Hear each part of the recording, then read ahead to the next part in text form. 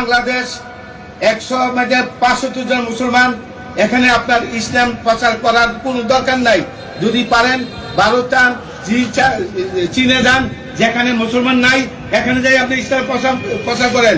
মুসলমানের কাছে আপনি আজান শোনানোর কোনো দরকার নাই, মুসলমানের কাছে আপনি হাদিস বলার কোনো দরকার নাই, মুসলমানের কাছে বাংলা মুসলমানের কাছে ইসলাম প্রচার করার দরকার নাই। আবার কি বলেন আমরা ইসলাম প্রচার করবো? আরে বোকা লোক, আপনি তো একটা বোকা। সে কি বললো, এখানে ইসলাম প্রচার করতে হলে ভারত যান, ইসলাম প্রচার করতে হলে চীনে যান, বাংলাদেশে আজানের দরকার নাই, ইসলাম প্রচারের দরকার নাই। আসলে একটা বিষয় বুঝতে হবে, যখনই ইসলাম কোনো রাষ্ট্রে কায়েম হয়, আল্লাহ পাক রব্বুল আলামিন রাষ্ট্রের ভিতরে রহমত বর্ষণ করতে থাকেন। আর ইসলামের পক্ষে তারাই আসতে চায় না যারা বিন্দিসি কালচারগুলোকে গ্রহণ করেছে। বলো হাদিস বলার দরকার নাই, আজান দেওয়ার দরকার নাই, ইসলাম প্রচারের দরকার নাই। অথচ হাদিস যখন রাসূল সাল্লাল্লাহু আলাইহি ওয়াসাল্লাম বলতেন, সাহাবায়ে কেরামদেরকেই বলতেন। যখন সাহাবায়ে কেরাম যখন ইসলাম গ্রহণ করলেন, ঈমান গ্রহণ করলেন, এরপর কিন্তু ইসলামের প্রচার প্রসার সাহাবায়ে কেরামের মাধ্যমেই হলো। রাসূল আকরাম সাল্লাল্লাহু আলাইহি ওয়াসাল্লামের উপরে কোরআনের আয়াত নাজিল হতো, সাহাবায়ে কেরামদের যে কোনো প্রেক্ষাপট নিয়ে আয়াত নাজিল হতো, রাসূল সাল্লাল্লাহু আলাইহি ওয়াসাল্লাম হাদিস বলতেন। রাসূল আকরাম সাল্লাল্লাহু আলাইহি ওয়াসাল্লামের ইসলামের বিধানগুলোকে সাহাবায়ে কেরামের কাছে পৌঁছে দিতেন। ইভেন আমার নবী সাল্লাল্লাহু আলাইহি ওয়াসাল্লাম তিনি রাসূল সাল্লাল্লাহু আলাইহি ওয়াসাল্লাম রাষ্ট্রপ্রধান ছিলেন, রাষ্ট্র পরিচালনা করেছেন। আসলে এই যে বক্তব্যটা, ইসলাম প্রচারের দরকার নাই, আজান দেওয়ার দরকার নেই, আসলে মূল মাকসাদ হলো তারা ইসলামী রাজনীতি বর্তমানে মানুষের অন্তরে জায়গা করে নিয়েছে। আগে মানুষ বুঝতো না ইসলামী রাজনীতি কী, বা ইসলাম যদি ক্ষমতায় আসে তাহলে কেমন শান্তি হবে এটা বুঝতো না। আর আগে ওইভাবে ইসলামিক মাইন্ডের কেউ রাজনীতিতে জড়াইতো না বা রাজনীতি করতো না। এখন এই 5ই আগস্টের পরে যখন ইসলামী রাজনীতিগুলো ব্যাপক আকারে ছড়িয়ে পড়েছে, মানুষের অন্তরে জায়গা করে নিয়েছে, ইসলামের আদর্শগুলো মানুষ বুঝতে শিখেছে, তখনই একদল মানুষের চুলকানি শুরু হয়েছে। তারা ইসলাম চায় না, এদেশে ইসলামী হুকুমত কায়েম হোক, কোরআন সুন্নাহ তরিকায় রাষ্ট্র পরিচালনা হোক, মানুষ তার ব্যক্তিগত স্বাধীনতা খুঁজে পাক,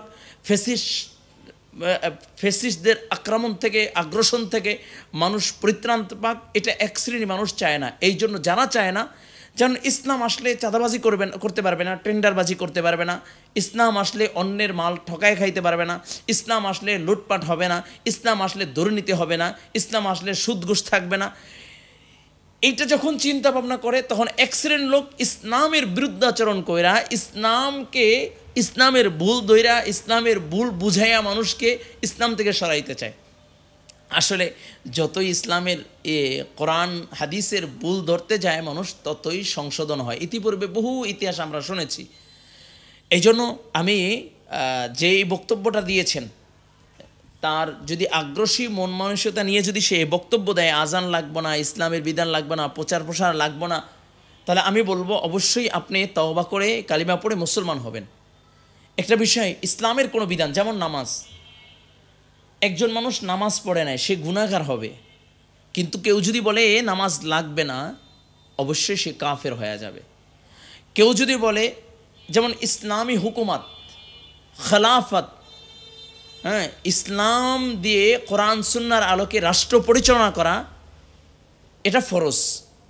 কেউ যদি এই রাষ্ট্র পরিচালনায় ইসলামী হুকুমতকে না মানে, যেমন রাষ্ট্র, এখানে ইসলামী রাজনীতি আছে, কোরআন সুন্নাহর আলোকে মানুষ ইসলামী রাষ্ট্র গঠন করতে চায়, কিন্তু সে দল করলো না, সেটা ভিন্ন বিষয়, সে গুনাহগার হবে। কিন্তু কেউ যদি অস্বীকার করে যে ইসলাম নাই, ইসলামে রাজনীতি নাই, ইসলামে এরকম রাষ্ট্র পরিচালনার বিধান নাই, ইসলামে অমুক বিধান নাই, এরকম যদি অস্বীকার করে, তাহলে তার ইমানই থাকবে না, সে বেঈমান হয়ে যাবে।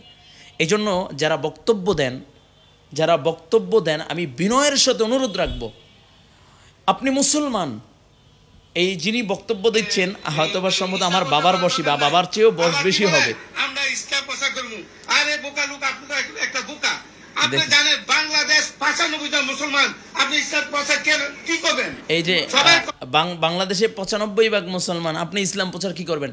এখনো অনেক মানুষ আছে কালিমা পড়ে না, এখনো অনেক মানুষ আছে ওযুর ফরজ জানে না, এখনো অনেক মানুষ আছে নামাজের ফরজ জানে না, এখন আমি আপনাকে আমার বাবার বসি, আপনাকে আমি বিনয়ের সাথে অনুরোধ রাখবো, বক্তব্য যেটা দিয়েছেন অবশ্যই এই বক্তব্য প্রত্যাহার করবেন, অবশ্যই জাতির কাছে আপনি আপনার বক্তব্যর ভুল ব্যাখ্যা এটা স্বীকার করবেন এবং আল্লাহ তাআলার কাছে মাপ চাবেন, কালিমা পড়ে মুসলমান হবে, এটা আমি অনুরোধ রাখবো। আর অবশ্যই যেহেতু বিএনপির ব্যানার দেখা যাচ্ছে, আমি বিএনপির চেয়ারপারসন বর্তমানে বিএনপির কর্ণধার জনাব তারেক রহমান সাহেবকে অনুরোধ রাখবো, আপনার নেতাকর্মীরা যারা বক্তব্য দেয় অবশ্যই তাদের বক্তব্য যেন লাগামহীন না হয়, এমন বক্তব্য যেন না হয় যা মানুষের হৃদয়ে আঘাত আসে, ইসলামের আঘাত আসে, মানুষের হৃদয়ে রক্তক্ষরণ হয়।